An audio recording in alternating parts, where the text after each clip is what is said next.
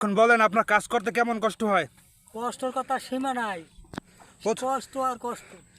তো এই যে মানুষগুলো আপনাদের নিয়ে বিভিন্ন কথা বলে, বিভিন্ন ছলনা করে, এই যে এই যে বাচ্চাদের টাকা পয়সা আছে, এসি রুমে বই যে বড় বড় কথা বলে, আপনারা যদি ফসল না ফলান হ্যাঁ, তাইলে এই মানুষগুলো খাবার পাবে কোথা থেকে? এরা তো বড় লোক, এরা এই নেতা কি বুঝবো? দিন শেষে যে আপনাদের এই যে সম্মান করে না, হ্যাঁ, এগুলো আসলে কি, এগুলো কি ঠিক কাজ করে? এটা হলে আর সরকারের আদেশ।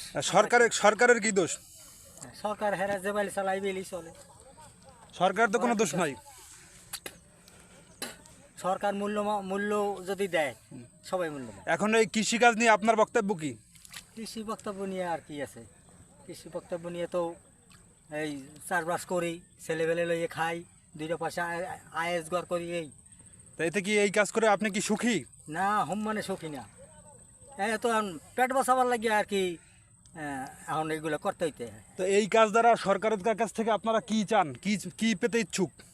না, সেই ধরে সরকারের, আমি সরকার দিয়ে আর কি চাবো? তো আপনি বলতে চাচ্ছেন যে এই আপনাদের যে এই যে কাজ করেন, এই ফসল ফলান, জমি রোপণ করেন, ধান চাষ করেন, আপনি বলতে চান যে সরকার আপনাদের পাশে দাঁড়াক, আপনাদের কিছু আর্থিক সহযোগিতা করুক? হ্যাঁ, এই তো একটু সহযোগিতা করলেই হয়।